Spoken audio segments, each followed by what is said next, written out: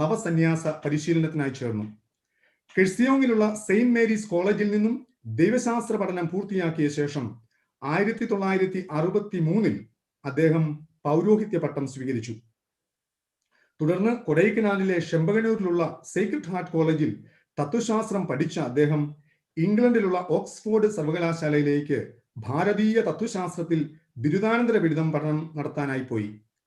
അവിടുത്തെ പഠനശേഷം ഓസ്ട്രിയയിലുള്ള വിയന്നയിൽ നിന്ന് ഭാരതീയ തത്വശാസ്ത്രത്തിൽ ഡോക്ടറൽ ഗവേഷണം പൂർത്തിയാക്കി 1974 നാട്ടിൽ തിരിച്ചെത്തി.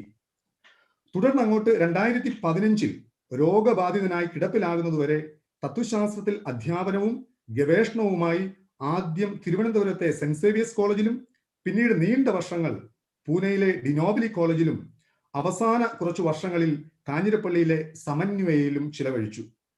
ഒരു അധ്യാപകനായിരുന്നെങ്കിൽ കൂടി ഈ കാലമത്രയും ഒരു ജിജ്ഞാസാ കുതികിയായ വിദ്യാർത്ഥിയുടെ അന്വേഷണ ത്വരതയോടെ ഭാരതീയ തത്വശാസ്ത്രത്തിന്റെ ആഴങ്ങളിലേക്ക് നീന്തി തുടിക്കുവാൻ ആണ് വട്ടാങ്കിയച്ചൻ ശ്രമിച്ചുകൊണ്ടിരുന്നത്.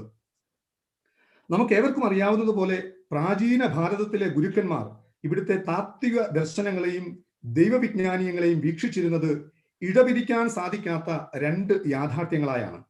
മറ്റൊരു തരത്തിൽ പറഞ്ഞാൽ പ്രാചീന ഭാരതത്തിലെ താത്വിക ദർശനങ്ങൾ തന്നെയായിരുന്നു അവിടുത്തെ ദൈവശാസ്ത്ര വിജ്ഞാനീയങ്ങളും. ഇത്തരത്തിൽ താത്വിക ദർശനങ്ങളും ദൈവശാസ്ത്ര വിജ്ഞാനീയങ്ങളും ഇഴചേർന്ന് കിടക്കുന്ന ഗംഗേഷന്റെ നവ്യന്യായയിലെ ദൈവത്തെ പറ്റിയുള്ള തത്വശാസ്ത്രത്തിൽ ആഴത്തിൽ അവഗാഹം നേടിയ വട്ടാങ്കി അച്ഛനെ അന്വേഷി താൻ ജനിച്ചു വളർന്ന മാർത്തോമ നസ്രാണി സുറിയാനി ഉറവിടങ്ങളിലെ ദൈവസങ്കല്പം എന്താണ് എന്ന് അന്വേഷിച്ചു തുടങ്ങിയതിൽ അതിശയമില്ലല്ലോ. ഈ അന്വേഷണത്തിന്റെ ആക്കം കൂട്ടിയത് ഒരു ദൈവനിയോഗം എന്നതുപോലെ ബഹുമാനപ്പെട്ട വട്ടാങ്കിയച്ചൻ തന്റെ 76-ാമത്തെ വയസ്സിൽ 2007-2008 കാലങ്ങളിൽ ബഹുമാനപ്പെട്ട കൂനമാക്കൽ തോമാ കത്തനാരെ പരിചയപ്പെടുന്നത് മുതലാണ്. തുടർന്ന് അങ്ങോട്ട് ബഹുമാനപ്പെട്ട കൂനമാക്കൽ തോമാ കത്തനാരുടെ കീഴിലും താൻ മുൻപ് പഠിച്ചിരുന്ന ഓക്സ്ഫോർഡ് സർവകലാശാലയിലെ ഓറിയന്റൽ ഇൻസ്റ്റിറ്റ്യൂട്ടിലെ സുറിയാനി വിഭാഗം മുൻ മേധാവിയായിരുന്ന പ്രൊഫസർ സെബാസ്റ്റ്യൻ ബ്രോക്കിന്റെ കീഴിലും വട്ടാങ്കിയച്ചൻ സുറിയാനി പഠിക്കാൻ ആരംഭിച്ചു. ഇവയ്ക്കെല്ലാം പുറമെ കോട്ടയത്തുള്ള സീരിയയിലെ നിരന്തര സന്ദർശനവും അവിടുത്തെ സെമിനാറുകളിലുള്ള സജീവ സാന്നിധ്യവും മാർത്തോമ നസ്രാണി മാർഗത്തിന്റെ അനുയായിയും അഭ്യുദയകാംക്ഷിയുമാക്കി അദ്ദേഹത്തെ പരിവർത്തനപ്പെടുത്തി. ചുരുക്കത്തിൽ 2007 മുതലുള്ള കാലഘട്ടങ്ങളിലാണ് വട്ടാങ്കിയച്ചൻ മാർത്തോമ നസ്രാണികൾ പിന്തുടരുന്ന പൗരസ്ത്യ സുറിയാനി ആരാധനക്രമം, സഭാപിതാക്കന്മാരുടെ പ്രബോധനങ്ങൾ, ദൈവശാസ്ത്ര വീക്ഷണങ്ങൾ തുടങ്ങിയവ ആഴത്തിൽ പഠിക്കാനും അവയെക്കുറിച്ച് എഴുതുവാനും തുടങ്ങിയത്. മൂന്നാമത്തെ പോയിന്റ്, സുറിയാനി ദൈവശാസ്ത്രത്തിനുള്ള ഫാദർ വട്ടാങ്കിയുടെ സംഭാവന. സുറിയാനി ദൈവശാസ്ത്ര മേഖലയിലുള്ള വട്ടാങ്കിയച്ചന്റെ ലേഖനങ്ങളുടെ എണ്ണത്തിൽ കുറവ് തോന്നിയേക്കാമെങ്കിലും ഈ മേഖലയിലുള്ള അദ്ദേഹത്തിന്റെ സംഭാവനയെ ചെറുതായി കാണാൻ സാധിക്കുകയില്ല. തന്റെ ഏകദേശം 76-ാമത്തെ വയസ്സ് മുതൽ 84 വയസ്സ് വരെയുള്ള ചുരുങ്ങിയ 8 വർഷങ്ങൾ മാത്രമാണ് മാർത്തോമ നസ്രാണി മാർഗത്തെപ്പറ്റി പഠിക്കാനും ഗവേഷണം നടത്താനും അദ്ദേഹത്തിന് സാധിച്ചത്. മാത്രമല്ല, പൂനെയിൽ നിന്നും കാഞ്ഞിരപ്പള്ളിയിലേക്കുള്ള സ്ഥലം മാറ്റവും ഇപ്പോൾ കാഞ്ഞിരപ്പള്ളിയിലെ സമന്വയയിൽ കാണുന്ന അഡ്വാൻസ്ഡ് ഇന്ത്യൻ സ്റ്റഡീസ് എന്ന സ്ഥാപനവും ഒക്കെ ക്രമീകരിക്കുന്ന ഭാരിച്ച ഉത്തരവാദിത്തത്തോടൊപ്പമാണ് സുറിയാനി പഠിക്കാനും ഗവേഷണങ്ങൾ നടത്താനും അതും 76 വയസ്സ് പ്രായമുള്ള ഈ വന്യ വയോധികൻ ശ്രമിച്ചത് എന്ന് മനസ്സിലാക്കുമ്പോൾ ചെറുതാണെങ്കിലും അദ്ദേഹത്തിന്റെ സംഭാവനകളുടെ മാറ്റ് കൂടുകയുള്ളൂ. ഫാദർ വട്ടാങ്കിയുടെ സുറിയാനി ദൈവശാസ്ത്രത്തിനുള്ള സംഭാവന ബഹുമാനപ്പെട്ട കൂനമാക്കൽ തോമാ കത്തനാർ, പ്രൊഫസർ സെബാസ്റ്റ്യൻ ബ്രോക്ക്, കോട്ടയത്തെ സീരിയുടെ സ്ഥാപക ഡയറക്ടർ ഫാദർ ജേക്കബ് തെക്കേപ്പറമ്പിൽ തുടങ്ങിയവരുമായുള്ള ബന്ധത്തിന്റെ പശ്ചാത്തലത്തിൽ വേണം വിലയിരുത്താൻ.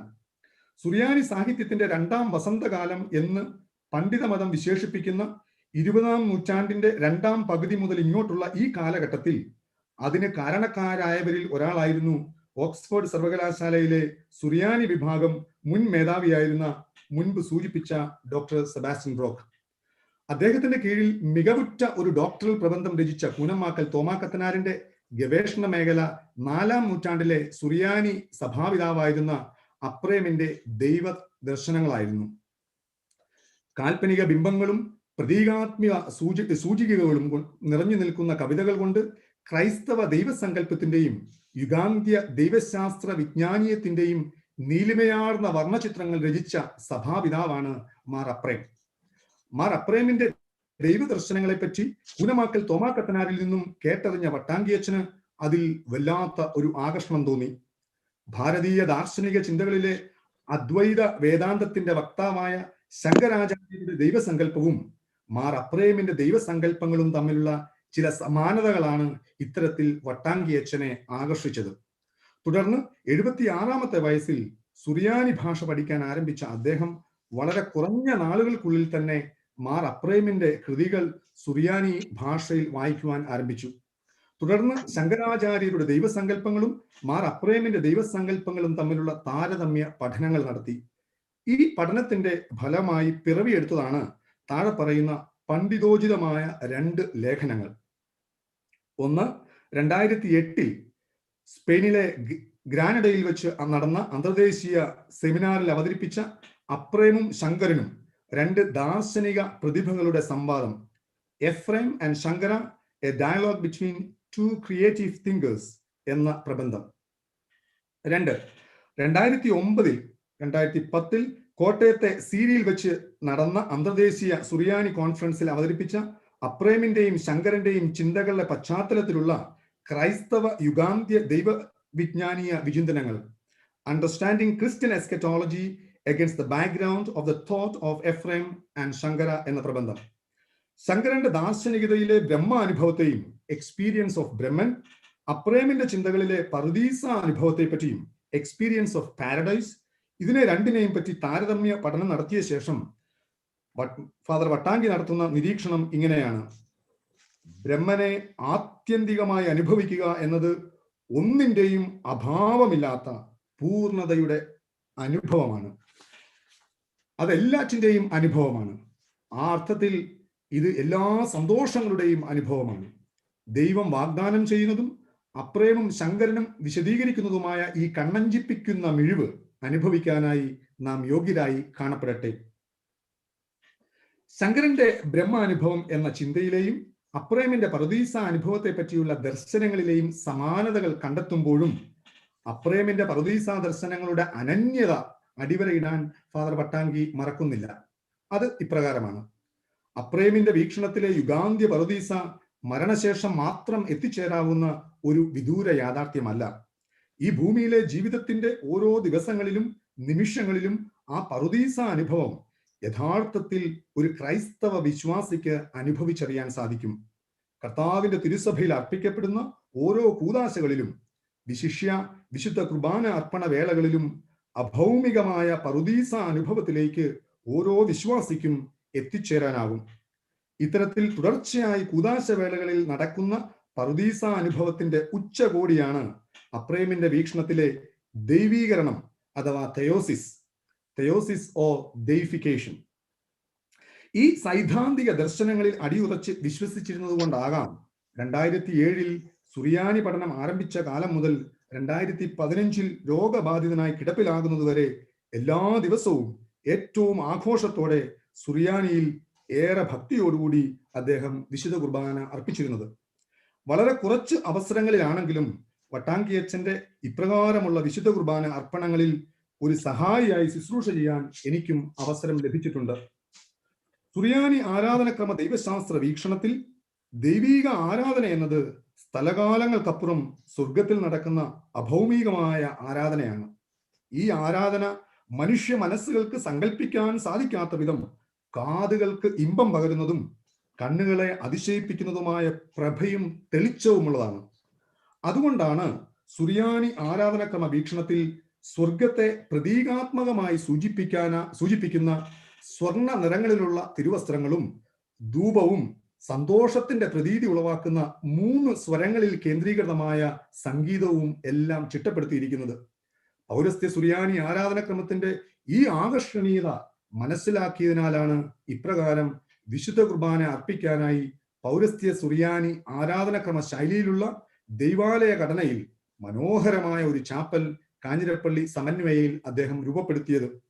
ഈ തിരിച്ചറിവിൽ നിന്നാണ് ആ ചാപ്പലിൽ തനിച്ചു വിശുദ്ധ കുർബാന അർപ്പിച്ചിരുന്ന വേളകളിൽ പോലും മുഴുവൻ തിരുവസ്ത്രങ്ങളും അദ്ദേഹം ഉപയോഗിച്ചിരുന്നത്.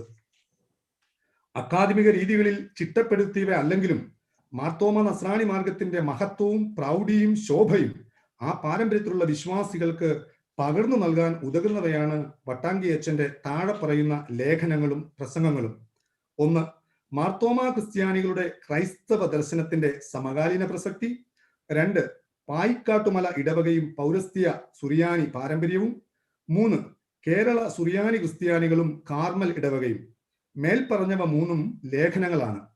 ഇവ കൂടാതെ 2010 ജൂലൈ 3 വിശുദ്ധ തോമാസ് ലീഹായുടെ ദുഃഖറാന തിരുനാൾ ദിവസം കല്യാൺ രൂപതയുടെ കീഴിലുള്ള പൂന കാർമൽ ഇടവകയിൽ നടത്തിയ പ്രസംഗം. 2010 ഡിസംബർ 28 ഫാദർ ജോബി വെള്ളപ്ലാക്കലിന്റെ വൈദിക പട്ട സ്വീകരണ സമയത്ത് കുറവലങ്ങാട്ട് പള്ളിയിൽ വെച്ച് നടത്തിയ പ്രസംഗം. 2013 ജൂലൈ 3 വിശുദ്ധ തോമാസ് ലീഹായുടെ ദുഃഖറാന തിരുനാൾ ദിവസം കാഞ്ഞിരപ്പള്ളി AKJM സ്കൂൾ ചാപ്പലിൽ വിശുദ്ധ കുർബാന മധ്യേ നടത്തിയ പ്രസംഗം. 4. ഫാദർ വട്ടാങ്കിയുടെ ഇനി പൂവണിയേണ്ട സ്വപ്നങ്ങൾ. 1599 നടന്ന ഉദയംപേരൂർ സൂനകദോസിനെ പറ്റി പഠിച്ചതിന്റെ വെളിച്ചത്തിൽ ഉയർന്നു വന്നതാണ് വട്ടാങ്കി അച്ഛന്റെ ഇത്തരത്തിലുള്ള സ്വപ്നങ്ങൾ.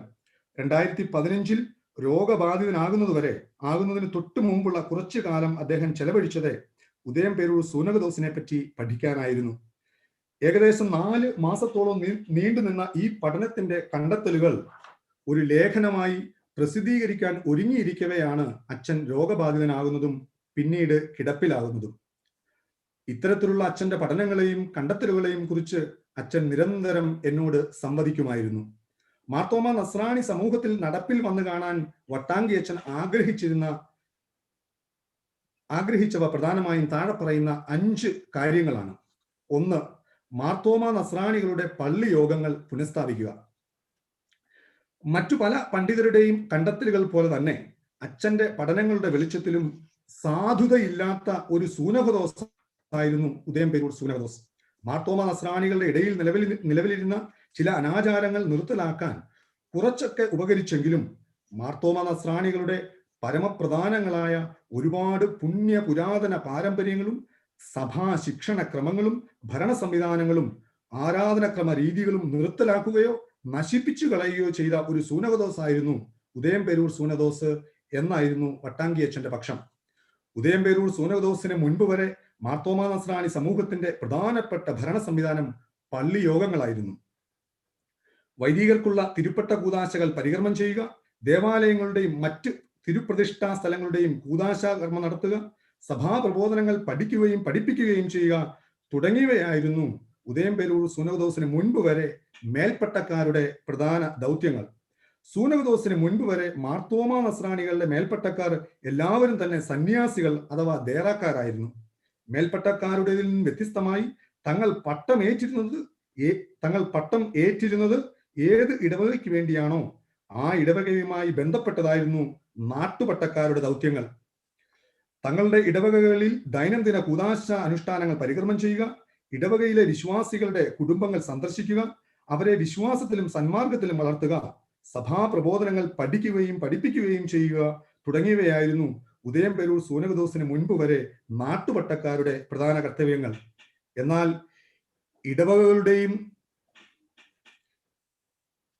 സഭയുടെയും ഇടവകകളുടെയും നടത്തിപ്പും ഭരണ ദൗത്യങ്ങളും നിർവഹിച്ചിരുന്നത് പള്ളി യോഗങ്ങളായിരുന്നു. ഉദയംപേരൂർ സൂനകദോസിന് ശേഷമാണ് പാശ്ചാത്യ ലത്തീൻ ഭരണ സംവിധാനങ്ങൾ മാർത്തോമാ നസ്രാണി സമൂഹത്തിന്റെ മേൽ അടിച്ചേൽപ്പിക്കപ്പെട്ടത്.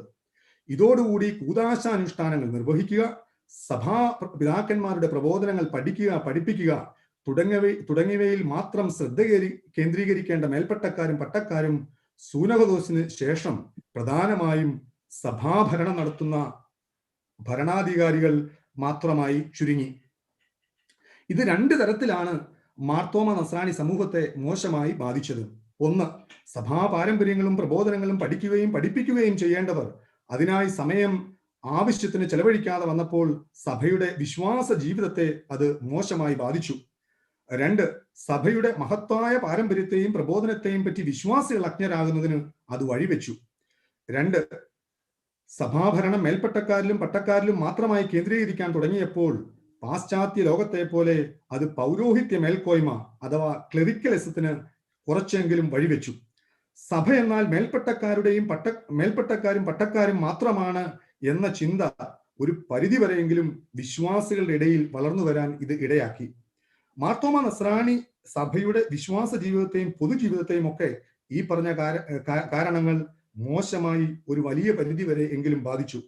1923 13-ാമൻ പിയൂസ് മാർപ്പാപ്പ മാർത്തോമ നസ്രാണികൾക്ക് വേണ്ടി ഒരു സ്വയം ഭരണാധികാര സംവിധാനം സ്ഥാപിച്ച നാൾ മുതൽ ഇങ്ങോട്ട് സഭയുടെ നഷ്ടപ്പെട്ടു പോയ പാരമ്പര്യങ്ങൾ കുറച്ചൊക്കെ വീണ്ടെടുക്കാൻ സാധിച്ചിട്ടുണ്ടെങ്കിലും ഇനിയും ബഹുദൂരം അത്തരത്തിൽ മുന്നോട്ട് പോകാനുണ്ട് എന്നതായിരുന്നു വട്ടാങ്കി അച്ഛന്റെ പക്ഷം. ഫ്രാൻസിസ് മാർപ്പാപ്പ വിഭാവനം ചെയ്യുന്നത് പോലെ ക്ലെറിക്കലിസത്തിന്റെ പിടിയിൽ നിന്നും സഭയെ രക്ഷിക്കാൻ ആഗോള കത്തോലിക്കാ സഭയ്ക്ക് തന്നെ മാർത്തോമ നസ്രാണി സഭയുടെ പുരാതന ഭരണ സംവിധാനം പ്രയോജനപ്പെടും എന്നതായിരുന്നു വട്ടാങ്കി അച്ഛന്റെ വാദം. 2. നാട്ടുപട്ടക്കാരും ദേറാക്കാരും. ഉദയംപേരൂർ സൂനദോസിന് മുമ്പ് മാർത്തോമ നസ്രാണികളുടെ ഇടയിൽ വിവാഹിതരും അവിവാഹിതരുമായ നാട്ടുപട്ടക്കാർ ഉണ്ടായിരുന്നു എന്നത് വ്യക്തമാണ്. പൗരസ്ത്യ പാരമ്പര്യം തുടരുന്ന ഒരു സഭയായതിനാൽ ഉദയംപേരൂർ സൂനകദോസിന് മുൻപ് ഈ സഭയിൽ ദേറാകളും ദേറാപ്പട്ടക്കാരും താപസന്മാരും ഉണ്ടായിരിക്കാൻ സാധ്യതയുണ്ട് എന്നതാണ് ചരിത്ര വസ്തുതകൾ വ്യക്തമാക്കുന്നത്. അങ്ങനെയെങ്കിൽ മലബാർ സഭയിൽ എത്ര ദേറാകൾ ഉണ്ടായിരുന്നു? അവ എവിടെയൊക്കെ ആയിരുന്നു? മലബാർ സഭയിൽ അവിവാഹിതരായ നാട്ടുപട്ടക്കാർ പാലിച്ചിരുന്ന നിയമക്രമങ്ങൾ എന്തൊക്കെയാണ്? ദേറാകളുടെ ഭരണം എങ്ങനെയാണ് ക്രമീകരിച്ചിരുന്നത്? മലബാർ സഭയിലെ പ്രധാനപ്പെട്ട താപസന്മാർ ആരൊക്കെയാണ്? എന്നിവയെപ്പറ്റി ഇനിയും കാര്യഗൗരവമായ ഗവേഷണങ്ങളും പ്രസിദ്ധീകരണങ്ങളും നടക്കേണ്ടിയിരിക്കുന്നു. ഏതായാലും വിവാഹിതരും അവിവാഹിതരുമുള്ള നാട്ടുപട്ടക്രമ പാരമ്പര്യം, ദേറാ ജീവിതശൈലി, താപസ ജീവിതശൈലി തുടങ്ങിയവയെല്ലാം മലബാർ സഭയിൽ പുനഃസ്ഥാപിക്കപ്പെടണം എന്നതാണ് വട്ടാങ്കി അച്ഛൻ അഭിപ്രായപ്പെട്ടത്. അതിന് അച്ഛൻ ബാക്കിയുള്ളത് നമുക്ക് അവസാനത്തെ ഇന്ററാക്ഷനിലേക്ക് വരാം. ഓക്കെ ശരി. Professor wait ചെയ്യുന്നല്ലോ.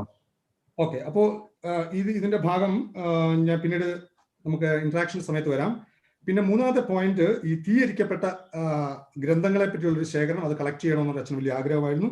മാർത്തോമ നസ്രാണികളുടെ തനത് കലാരൂപങ്ങളുടെ ഒരു പരിശീലന കേന്ദ്രം ആരംഭിക്കുക. ഈ കാഞ്ഞിരപ്പള്ളി സമന്വയയിൽ ആരംഭിച്ച സെന്റർ ഇതിന്റെ എല്ലാം കൂടെ ഒരു സെന്ററാക്കി മാറ്റണമെന്നായിരുന്നു അച്ഛന്റെ ആഗ്രഹം.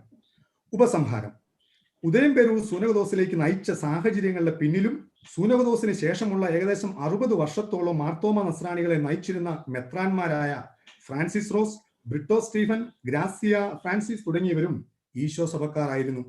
മാർത്തോമ നസ്രാണി സമൂഹത്തിലെ പ്രബല സഭയായ സീറോ മലബാർ സഭയിലെ ഇന്ന് കാണുന്ന ചില നന്മകൾക്ക് കാരണക്കാർ ഈശോ സഭക്കാർ ആണെങ്കിൽ കൂടി മാർത്തോമ നസ്രാണി സഭാ സമൂഹങ്ങൾക്കിടയിൽ ഇന്ന് നിലവിൽ നിൽക്കുന്ന വിഘടനങ്ങൾക്കും വിശിഷ്യ പഴയ ഊറുകാർ എന്നറിയപ്പെടുന്ന സീറോ മലബാർ സഭയിലെ ആധുനിക കാലത്തെ ഐക്യമില്ലായ്മയുടെ ചരിത്രപരമായ കാരണങ്ങൾക്ക് ഒരു വലിയ പരിധിവരെ താനും കൂടി അംഗമാകുന്ന ഈശോ സഭയ്ക്ക് മനഃപൂർവമോ അല്ലാതെയോ ഉള്ള ഒരു പങ്കുണ്ട് എന്ന് വട്ടാങ്കി അച്ഛൻ വിശ്വസിച്ചിരുന്നു. അതുകൊണ്ട് തന്നെ ആഗോള കത്തോലിക്ക സഭ ചെയ്ത തെറ്റുകൾക്ക് മാർച്ച് 12, 2000 ജോൺ പോൾ 2-ാമൻ മാർപ്പാപ്പ ദൈവത്തോടും ഈ ലോകത്തോടും പൊതു മാപ്പ് ചോദിച്ചതുപോലെ ഈശോ സഭയുടെ 32-ാമത്തെ അന്തർദേശീയ സമ്മേളനത്തിന്റെ 4-ാമത്തെ ഡിക്രിയുടെ വിവിധ അനുച്ഛേദനങ്ങളിൽ ആവശ്യപ്പെടുന്നത് പോലെ അനുരഞ്ജനത്തിന്റെയും നീതിയുടെയും ഒരു ദൗത്യം നടത്താനായിരുന്നു വൈകിയെത്തിയ തിരിച്ചറിവിലാണെങ്കിലും തന്റെ വിശ്രമ ജീവിതകാലത്തെ മാർത്തോമ നസ്രാണി സമൂഹവുമായുള്ള ഇടപെടലിലൂടെ താൻ ശ്രമിച്ചത് എന്നതായിരുന്നു വട്ടാങ്കി അച്ഛൻ അഭിപ്രായപ്പെട്ടത്. ബഹുമാനപ്പെട്ട വട്ടാങ്കി അച്ഛന്റെ ഈ മാതൃക മാർത്തോമ നസ്രാണി സമൂഹത്തെയും അതിന്റെ ശ്രേഷ്ഠവും പ്രൗഢവും മഹത്തരവുമായ പാരമ്പര്യങ്ങളെയും ജീവിത രീതികളെയും സ്നേഹിക്കുവാനും അവയെപ്പറ്റി പഠിക്കുവാനും നമ്മെ പ്രചോദിപ്പിക്കട്ടെ. നന്ദി. Thank you, Father Jijibon, for your informative talk. Now, coming to Professor Sebastian Brock, a renowned British scholar of global stature, professor of Oxford University, an expert in classical Greek language and literature, is one of the most prominent scholars in Aramaic studies in the world. Personally, I acknowledge that his scholarly views and thoughts were widely used by me in my doctoral thesis. There are many classical writings from his part in the field of Greek literature. Some of them are The Harp of the Spirit, Early Syrian Asceticism, The Spiritual World Vision of Saint Ephraim Luminous, Mary and the Eucharist, mysteries hidden, Syriac fathers on prayer and the spiritual life, spirituality in Syriac tradition, world and sacrament, etc. I invite you, dear Professor Sebastian Brock, to share your recollections about Father Vattanky. Thank you very much, Father. Your Excellencies, Reverend Fathers, Reverend Sisters, brothers and sisters in Christ. First of all, let me thank the organizers of this webinar for the invitation to speak at it. I came to know Father John quite well, thanks to his repeated visits to Oxford, and we became very good friends. And it was a tragedy when he had this stroke, which prevented us completing our plans for a joint publication. I think we must have met many years ago now at one of the conferences at SIRI, the St. Ephraim Ecumenical Research Institute in Kottayam. Wonderful conferences every 4 years for Syriacists. And I've been connected with SIRI since its inception.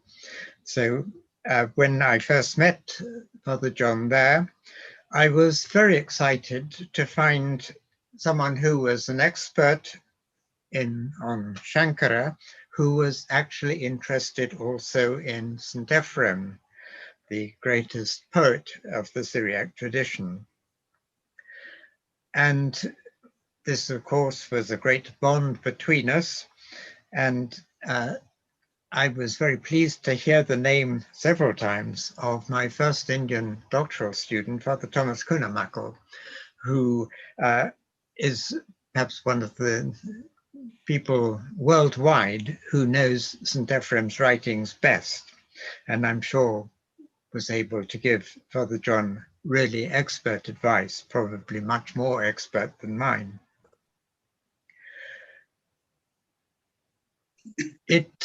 Our friendship, as it developed, led to Father John deciding to come once a year to stay at the Jesuit house in Oxford, Campion Hall, for a month or so. And during these visits to Oxford, we would meet regularly, once a week for most of the morning. And the aim was to read St. Ephraim's hymns on the Pearl.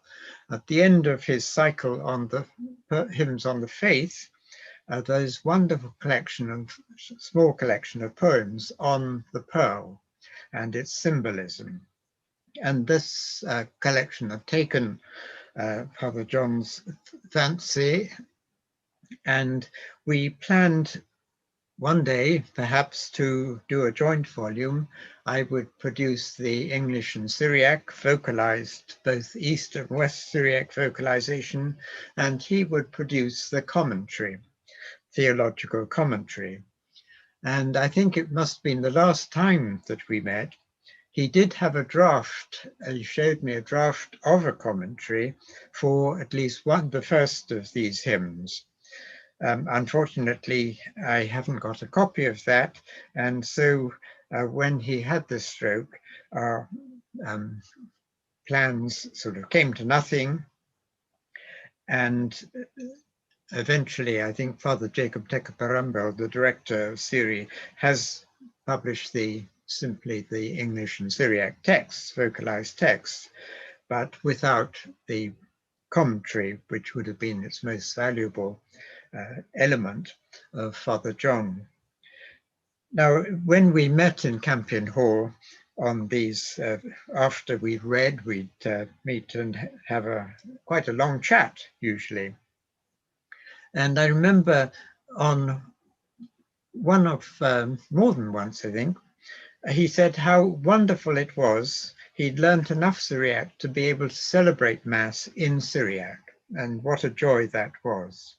And this particularly struck me, that he had this real love for the Syriac language as part of the great heritage of the Syriac churches. It was a terrible shock when I heard the news of his stroke, and I hadn't realized it was so long ago. Though I occasionally sent a postcard or something to him, I suspect it didn't mean anything to him. So this was a great sadness to me, but it's wonderful that his work is being commemorated here today. And I know from other sources who are expert in Indian philosophy what a high reputation he had in Indian philosophy, not just amongst Christian scholars of Sanskrit, but also amongst others as well. So his loss is a great tragedy, but as I say, it's wonderful that his memory is being commemorated in this way today. So thank you very much indeed for listening. Thank you, Professor Sebastian, for your words from your heart and mind. We appreciate it. And your service to the Syriac tradition, we thank you for. Now, it is the interactive session. We have, for Stephen, we have about 25 minutes, isn't it?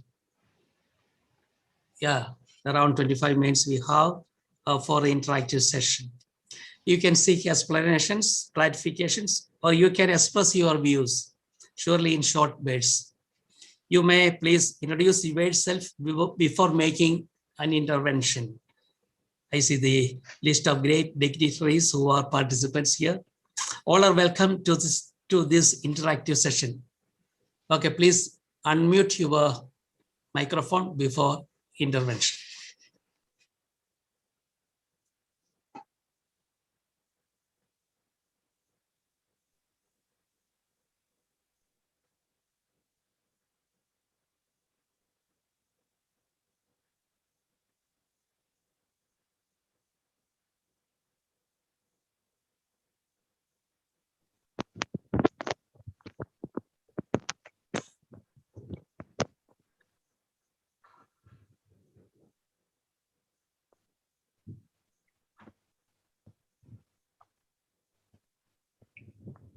May I, Father Moderator?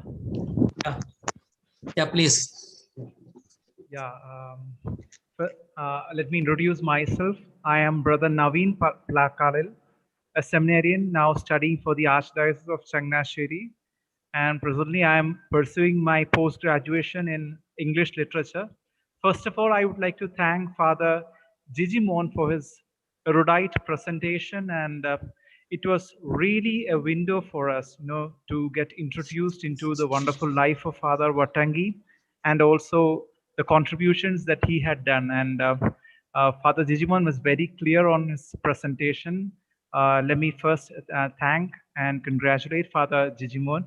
And my question is, since Father Gigi is an Oxford scholar and we have Professor Brock also here, I was thinking like we must not miss an academic minutes too. So my question is, as Father Jijimon has made a reference to the comparative study of Ephraim and Shankara by Father Vattanky. My question is, you have made a reference that the image of paradise and the very recurring image is the image, the likeliness and the robe of glory. So my question is simple to Father Gigi, that how far is this attaining of likeliness possible for the human soul in comparison to Shankara? Because as for Shankara, it is Advaita, and we know that the ultimate reality and the physical person, no, it's one. So, and in Christian aspect, especially from the theology of Ephraim, how far it is possible? Is there a dichotomy still existing with the attainment of the robe of glory and or the image or the likeliness? This is my question, and I would also be happy if Professor Brock could also add to it. Thank you. Father Jijimon. Please unmute. Yeah. Okay. Thank you very much, Brother Naveen, for your excellent question. We have great Indian professors here, exactly in front of our monitor. Father Stephen is one of them. And I'm sure Father Painard, Sebastian Painard also is joining. And we have Father Xavier Taramel. They all are excellent Indian philosophers, theologians, let us say. Yeah, but then I may not be an accurate person about the confirmations concerning the Indian point of view of likeness. In Malayalam, we say sadrishyam, image and likeness, chayilum sadrishu. See, in Christian theology, anyway, I'm sure Professor Sebastian Bock will definitely add, or he will explain more. But then in the Christian theology, it is a gift, it's a grace, likeness at the end. It's no man can achieve by his own merits or by his own activities. So the likeness is given in the paradise. So you will still, in Ephraim's point of view, Sebastian Brock will definitely say, because Ephraim had never developed such a point in systematic theology. He was a kind of poet. He was trying to explain things through symbols and poetry all the more. So he never wanted to define things, and like in the modern systematic or dogmatic theology. But then the central point, all the church fathers, especially the Syriac fathers from the very beginning, understood this likeness is a gift from God. It's grace, actually. It's given. Yeah, thank you. Professor Sebastian Brock, have you anything to add? Yes, thank you. Okay. St. Ephraim, as Father Gigi pointed out, is not a systematic thinker. And a lot of the questions that systematic theologians would like to ask him, are in fact unanswerable. Now, Ephraim uses the symbol of the robe of glory, a robe of light, really in the context of explaining the whole course of salvation history. According to his understanding, and indeed this is really central to the Syriac tradition throughout, Adam and Eve, the primordial humanity, were created in a state with the robe of light, clothed in this robe of light, so a state of purity, should we say. But this was lost at the fall, but God had given humanity the gift of free will. So despite his desire to restore this robe of glory and light to humanity, he was not going to abuse this gift of free will to humanity. But what he does is provide various ways by which human beings could come to gain knowledge of the Godhead. And he speaks in terms of, he loves using this clothing imagery, putting on, taking off clothes. So in the Old Testament, the Hebrew Bible, God puts on language. So he allows himself to be spoken of in human terms.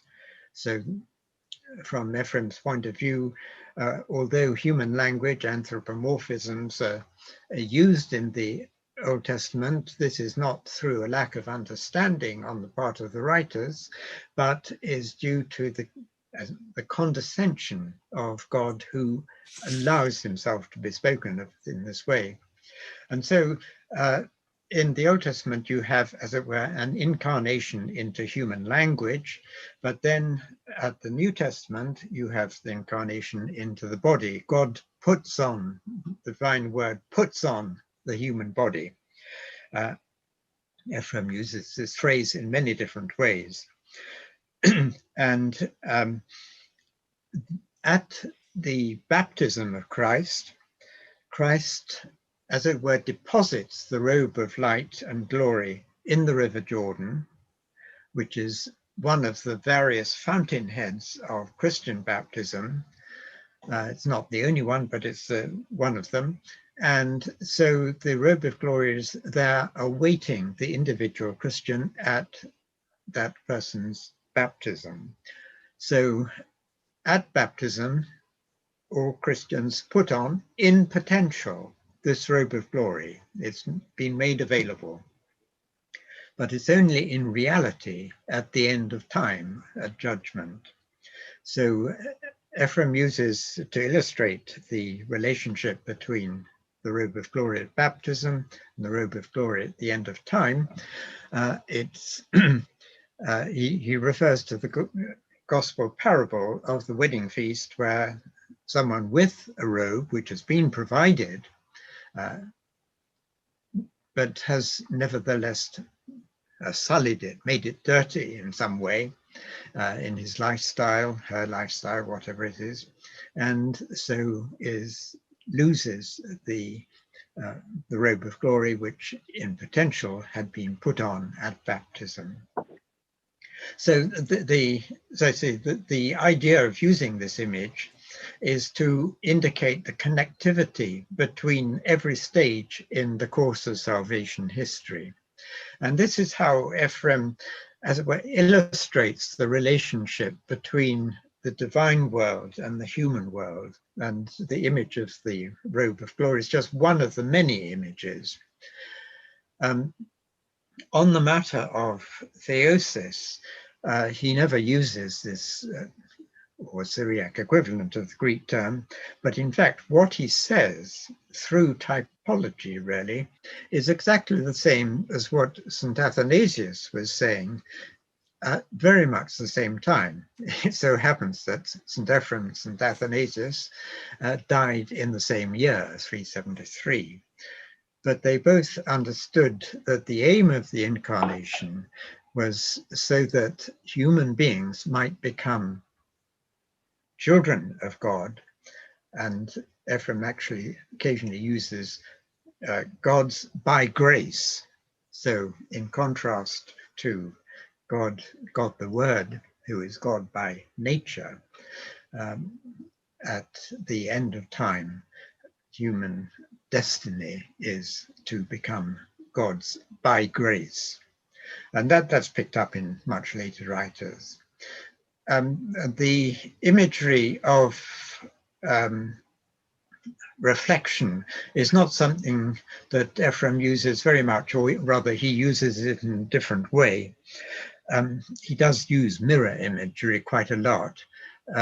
Here you have to remember that mirrors in antiquity were not glass, such as we look into, but they were metal, and you had to keep them highly polished. So the polishing of your mirror, which is the image in which you're created, is a constant task. It's sort of a daily task, or even an hourly task, to keep it in a high state of polish.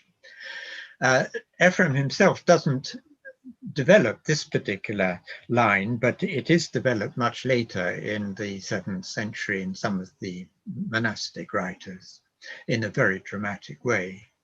So the idea of theosis, divinization, is there already in Ephraim, but in a very different, expressed in a very different way from what you have in the Greek and Latin world. So I hope that probably doesn't answer the original question, but anyhow, that's a possible explanation. Thank you. Thank you. Thank you. Thank you, Professor. Father Matthew, can Yeah. I add something from Advaitic perspective? Okay, sure. Thank you, Brother Naveen, for your relevant question. With my limited knowledge in Sankara Advaita, the original nature of a human soul is like that of God's nature. Because of assuming a human body or any other form, any other body, an animal's body, or because they believe in repeated birth and death due to karma. Because of assuming a particular body, that soul is limited during that existence in that way. Through the fourfold discipline, the soul can, after repeated births and deaths, finally through attaining Brahma Jnana, can realize one's own original nature. That is, realizing that one is none other than Brahman himself. So there is an aspect of likeness. Through personal effort, one reaches, but in Advaita, God's grace is not so much stressed, more than it is personal effort. By acquiring knowledge, a person reaches the realization that that soul is none other than Brahman himself. But this realization dawns on a person in the paramarthika level of existence, that is in the third stage of existence, after going through Pradipasika, Vyapakarika, and Paramarthika. But this Paramarthika level of existence is possible in this world itself, as St. Ephrem asserts. The experience of paradise, the experience of total liberation, the experience of Brahma realization is possible while a person is alive in this world. Such a person is called Jivan Mukta. Thank you. Thank you, Father Stephen. Can I ask one question? Okay, sure. Please. My name is Christy. I'm a doctor at St. George's Medical College, Bangalore.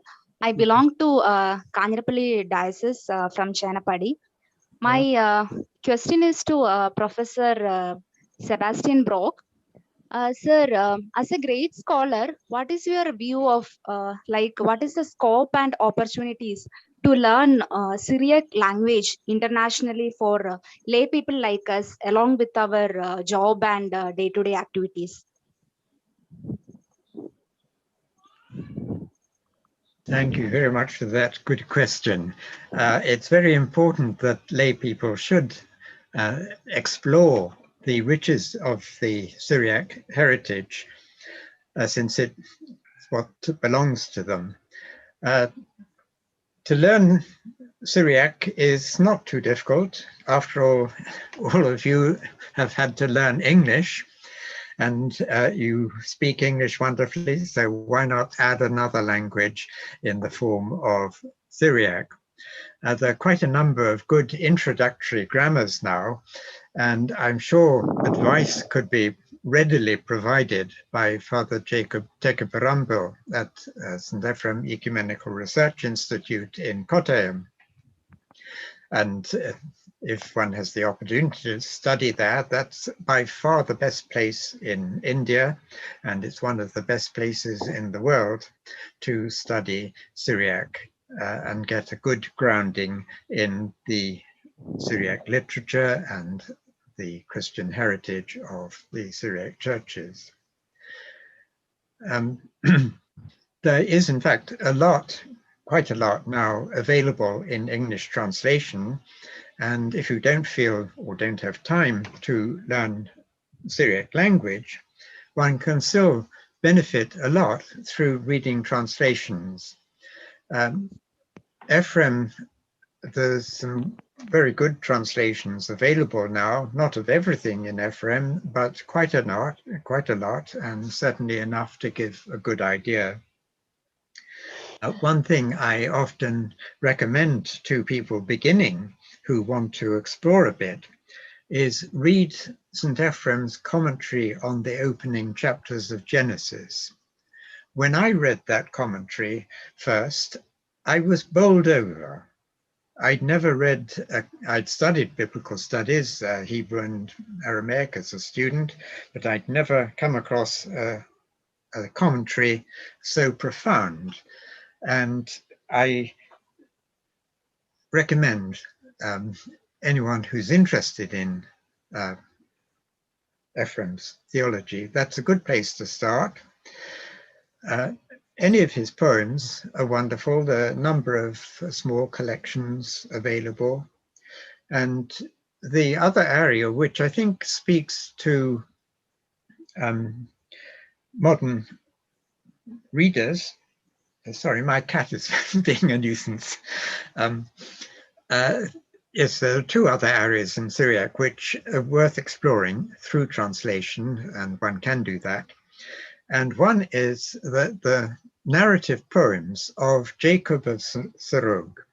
Jacob is a saint in the Syrian Orthodox and in the Maronite Church. And he lived exactly at the time of the controversial Council of Chalcedon. To be a saint in both traditions is quite an amazing feat. But he's also another wonderful poet. And his verse homilies deal very often with biblical passages. And he retells these biblical passages in a really illuminating way. He gives, sets them in the context of Christian experience, and I do recommend reading some of his poems in English translation. There are a certain number now being available through the Gorgias Press in America. And indeed, in Bangalore, there's a very nice collection of his homilies on various Christian feasts. This is the work of Father Thomas Kalamparambil of Damaram College. Excellent translation. So Jacob of Serug is readily available in India. And then the third area, which I think is meaningful to modern people, is some of the East Syriac monastic literature of the 7th and 8th century. There's one very famous writer, St. Isaac of Nineveh, whose works were translated into Greek in the roundabout 800 AD, and then they got into many other languages. And St. Isaac's works have been extremely important, influential on especially Greek and Russian monastic life, and they continue to be so. But they are very beautiful, although some of them are meant specifically for solitaries and so not very relevant for lay people. I, as a lay person, have learned a great deal from Isaac and from these other writers, and I was fortunate enough to find a whole lot more of Isaac's discourses, monastic discourses, actually in the library in Oxford. And these are also available in English translation. So these three areas in English translation would be a wonderful way for people to explore the riches of the Syriac tradition. So St. Ephraim, St. Jacob of Serug, St. Isaac of Nineveh, three wonderful saints, very different, all very different from each other, but they're equally wonderful. So do have a go. Well worth it. Thank you, Professor Sebastian Brock. Christy, if you are interested in learning Syriac, there are many centers in Kerala from where we can get the inspiration also, we can learn it. For example, since you are from Kanyarapalli diocese near to Kanyarapalli, there is one center, liturgical research center at Nalladanni, that is near to Kuttikanam. Father Muthuplakal is there. I think he is participating in this session. He is giving also online classes on Syriac language. Father Muthuplakal? No, okay. Yeah, okay, Father. I know Okay. the center. Okay. Thank you so much. Thank you, Sir, Professor Sebastian Brock also. Now, how is it, Father Stephen? Now we go to the next. I think we shall wind up Yeah. since it is already time. In case there is any questions or any clarification, you're welcome. Otherwise, we shall wind up. Over to you, Okay. Father Matthew. Okay. So we have been listening to a few scholarly talks, recollections, and discussions meant to rediscover the source of the Syriac traditions and spirituality. We presume that this will lead to create greater insights, divine illuminations, and relevant theology. Once again, appreciating the laudable efforts of the participants and the organizers, I sign off. I invite Father Salvin Augustine S.J., Principal, AKJM Higher Secondary School, Kanjirapalli, to propose the vote of thanks. അഭിവന്ദ്യ പിതാക്കന്മാരെ, reverend father Mathew Paikkat, വൈദികരെ, സുഹൃത്തുക്കളെ, ധനാത്മകമായി ഒരു സമൂഹത്തിന് ദിശാബോധം നൽകുകയും നയിക്കുകയും പ്രചോദിപ്പിക്കുകയും ചെയ്യുന്നവരെ നാം എക്കാലത്തും സ്മരിക്കുകയും ആദരിക്കുകയും ചെയ്യും. സാധാരണ കാര്യങ്ങൾ അസാധാരണമായ തീക്ഷ്ണതയോടെ ചെയ്യുകയും സുവിശേഷത്തിന്റെ ആനന്ദത്തിൽ ജീവിക്കുകയും ചെയ്തു എന്നതാണ് വട്ടങ്കി അച്ഛന്റെ പ്രത്യേകത. ഉദ്ധിതനായ ഈശോയിൽ കേന്ദ്രീകൃതമായ ആധ്യാത്മികത, പൗരസ്ത്യ സഭാവിജ്ഞാനീയത്തോടുള്ള ആവേശം, പാരമ്പര്യത്തോടുള്ള കൂറ്, തിരുസഭയോട് ചേർന്നുള്ള പ്രവർത്തനങ്ങൾ, ഭാരതീയ ആധ്യാത്മികതയിലുള്ള ആഴമായ അറിവ് വട്ടങ്കി അച്ഛന്റെ പ്രത്യേകതകളാണ്. അച്ഛന്റെ ജീവിതം സത്യം, ശിവം, സുന്ദരം ആയിരുന്നു. അച്ഛൻ നമുക്കൊരു അനുഗ്രഹമാണ്. അച്ഛന്റെ ഓർമ്മയ്ക്ക് മുമ്പിൽ പ്രണാമം. ഇന്നത്തെ വെബിനാർ ഒരു അനുഭവവും അനുഭൂതിയുമായിരുന്നു. മാർത്തോമ നസ്രാണി സംസ്കാരം, ഇതിന്റെ ആധ്യാത്മികതയുടെ ആഴങ്ങൾ നമുക്ക് വെളിപ്പെടുത്തി വട്ടങ്കി അച്ഛന്റെ അനുഭവങ്ങൾ പങ്കുവെച്ച് ഈ വെബിനാർ ഉദ്ഘാടനം ചെയ്ത അഭിവന്ദ്യ തോമസ് ഇലവനാൽ പിതാവിന് ഹൃദയം നിറഞ്ഞ നന്ദി. കല്യാൺ രൂപതയുടെ മെത്രാനും സീറോ മലബാർ ലിറ്റർജിക്കൽ കമ്മീഷന്റെ ചെയർമാനുമാണ് പിതാവ്. എല്ലാവരുടെയും പേരിൽ പിതാവിന് ആത്മാർത്ഥമായ നന്ദി അറിയിക്കുന്നു. പുളിക്കൽ പിതാവ് ജോൺ വട്ടങ്കി അച്ഛനുമായി വളരെ അടുത്ത ബന്ധം കാത്തു സൂക്ഷിച്ചിരുന്നയാളാണ്. കാഞ്ഞിരപ്പള്ളിയിൽ അച്ഛന്റെ പ്രവർത്തന മണ്ഡലം തുടങ്ങുന്നതിനുള്ള കാരണങ്ങളിൽ ഒന്ന് പിതാവുമൊക്കെ ആയിട്ടുള്ള ആത്മാർത്ഥമായ ബന്ധവും പിതാവിൻ്റെയൊക്കെ പ്രോത്സാഹനവുമാണ്. ഹൃദയസ്പർശിയായ ആശംസകൾ നേർന്ന് ഈടുറ്റ ചിന്തകൾ പങ്കുവെച്ച പുളിക്കൽ പിതാവിന് എല്ലാവരുടെയും പേരിൽ പ്രത്യേകമായ നന്ദി അറിയിക്കുന്നു. ഈ വെബിനാറിന് ആശംസകൾ നേർന്ന് കാഞ്ഞിരപ്പള്ളി സെന്റർ ഫോർ ഇന്ത്യൻ സ്പിരിച്വാലിറ്റിക്ക് നിരന്തരമായ പ്രോത്സാഹനം നൽകിക്കൊണ്ടിരിക്കുന്ന കേരള പ്രവിശ്യയുടെ പ്രൊവിൻഷ്യൽ ഫാദർ EP മാത്യു SJക്ക് ഞങ്ങളുടെ എല്ലാവരുടെയും പ്രത്യേക നന്ദി. ഇന്നത്തെ വെബിനാറിന്റെ വിഷയം അവതരിപ്പിച്ച് പൗരസ്ത്യ സുറിയാനി ആധ്യാത്മികതയുടെ ആഴങ്ങൾ വെളിപ്പെടുത്തി കാലിക പ്രസക്തമായ ചോദ്യങ്ങൾ ഉന്നയിച്ച് നമ്മെ ചിന്തിപ്പിച്ച് വട്ടങ്കി അച്ഛന്റെ ജീവിതവും ആധ്യാത്മികതയും വെളിപ്പെടുത്തി നമ്മളോട് സംസാരിച്ച ജിജിമോൻ പുതുവീട്ടിക്കളം SJ നമുക്ക് എല്ലാവർക്കും ഒരു അഭിമാനവും അനുഗ്രഹവുമാണ്. ഓക്സ്ഫോർഡ് യൂണിവേഴ്സിറ്റിയിൽ ഡോക്ടറൽ റിസർച്ച് സ്കോളറായി പ്രവർത്തിക്കുന്ന ജിജിമോൻ അച്ഛന് എല്ലാവരുടെയും പേരിൽ പ്രത്യേകം നന്ദി. It is an honor and privilege for us to have Professor Sebastian Brock with us for this webinar.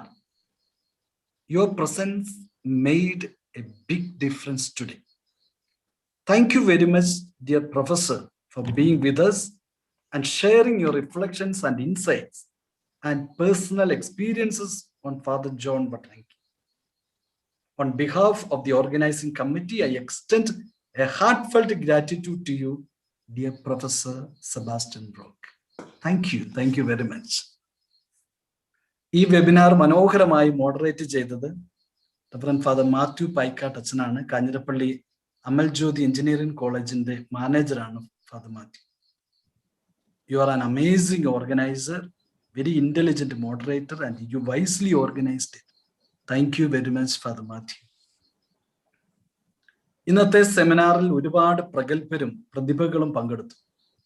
Father Joseph Vallamattam, protosyncellus, Eparchy of Kanjirappalli, Father Bobby Manamplakal, St. Julius, Eparchy of Kanjirappalli, Father Kurian Tamaraseri, Chancellor, Eparchy of Kanjirappalli, Father Xavier Kodapura, Marthoma Sleva Dayara, Nalladanni, Father Andrews Mekatugunne, President Pauliste Vidyabidam, Vadavadur, Father Joseph Kutiankal, Director Family Apostolics Pala, Father Varghese Kokalil, Director Project Green Care, Father James Chavrapura, Director Nasrani Research Center Nalladanni, Father Abraham Kolithanathu Malayil, Director Marsliva Medicity Pala, Father Thomas Matumdale, Executive Director MDS Kanjirappalli, Father Sebastian Mudublakal, Director Department of Liturgy Kanjirappalli, Father Sebastian Kollangunnel, Manager AMHSS Kalagatti, Father Cyril Tayil, Director SMYM Diocese of Pala, Father Xavier Kudapura, Father Kurivula Pandikad, Dean JDV Pune, ഇവരെല്ലാവരും വട്ടങ്കി അച്ഛന്റെ സുഹൃത്തുക്കളും അഭ്യുദയ കാംക്ഷികളുമാണ്. ഒപ്പം ഈ webinar നടക്കുന്നതിനായി ആത്മാർത്ഥമായിട്ട് ആഗ്രഹിച്ചവരും ഇതിനു വേണ്ടുന്ന എല്ലാ പിന്തുണയും പ്രോത്സാഹനവും നൽകിയവരാണ്. എല്ലാവർക്കും ആത്മാർത്ഥമായ നന്ദി. ധാരാളം വൈദികരും ബ്രദേഴ്സും സന്യാസ സുഹൃത്തുക്കളും അൽമായ സഹോദരങ്ങളും ഈ വെബിനാറിൽ പങ്കുചേർന്നു. എല്ലാവർക്കും നന്ദി പറയുകയാണ്. ഒരു വെബിനാർ സാധ്യമാക്കുക, അതിന്റെ പിന്നിൽ ഒരുപാട് ജോലികളുണ്ട്. ഇതിന്റെ പിന്നിൽ ഏറ്റവും അധികം അധ്വാനിച്ചത് കാഞ്ഞിരപ്പള്ളി ജെസ്യൂട്ട് കമ്മ്യൂണിറ്റിയുടെ സുപ്പീരിയറും സെന്റർ ഫോർ അഡ്വാൻസ്ഡ് ഇന്ത്യൻ സ്പിരിച്വാലിറ്റിയുടെ ഡയറക്ടറുമായ ഫാദർ സ്റ്റീഫൻ സി തടം SJ ആണ്. അച്ഛന്റെ സ്വപ്നത്തിന്റെ, നിശ്ചയദാർഢ്യത്തിന്റെ, ക്രിയാത്മകതയുടെ, ജോണച്ചനുമായുള്ള ആദരവിന്റെയും നന്ദിയുടെയും ഒരു പ്രകാശനം കൂടിയാണിത്. സ്റ്റീഫൻ അച്ഛന് എല്ലാവരുടെയും പേരിൽ ആത്മാർത്ഥമായ നന്ദി പറയുന്നു. Centre for advanced Indian studies നിങ്ങളുടെ എല്ലാവരുടെയും അകമഴിഞ്ഞ പ്രോത്സാഹനവും സഹകരണവും തുടർന്നും പ്രതീക്ഷിക്കുകയാണ്. പ്രിയപ്പെട്ടവരെ, ഈ വെബിനാറിന് വേണ്ട സാങ്കേതിക സഹായം പിന്തുണയും നൽകിയ മിസ്റ്റർ എബിൻ ചേനപ്പാടിയും ഒപ്പം തരകനാട്ടുകുന്ന് ഇടവകയിലെ ലേ മെമ്പേഴ്സ് സുഹൃത്തുക്കൾ എല്ലാവർക്കും നന്ദി പറയുന്നു. Brother Jaison Joseph SJ, Jesuit brothers, mister Ritto, father Augustine Peedikamala SJ from AKGM school Kanjirappally, കൂടാതെ ജെസ്യൂട്ട് ഹൗസിലെ വൈദികർ, എല്ലാവർക്കും നന്ദി. കോവിഡ് മഹാമാരിയുടെ ഈ കാലഘട്ടം ഉദ്യതനായ ഈശോയോട് ചേർന്ന് അവിടുന്ന് പൂർണ്ണമായിട്ടും ആശ്രയിച്ച് ജീവിക്കാൻ നമ്മെ സഹായിക്കട്ടെ. എല്ലാവർക്കും ആശംസകൾ, ദൈവാനുഗ്രഹങ്ങൾ നേരുന്നു. നന്ദി, നമസ്കാരം. Thank you very much. Thank you to each and every one of you. Thank you very much. Thank you. Thank you very much. Thank you. Bye. Okay, thank you. We come. Thank you very much. Thank you. പായിക്കട്ടച്ച ഒത്തിരി നന്ദി. അങ്ങോട്ടും നന്ദി. പിതാവ് സുഖമായിരിക്കുന്നോ? എന്തോ ഇളവനാൽ പിതാവിന് സുഖമായിരിക്കുന്നോ? സുഖം ആയിക്കൊണ്ടിരിക്കുന്നു എന്ന് പറയാൻ നല്ല ഇപ്പോഴും. കാരണം for me that was so severe. ഒത്തിരി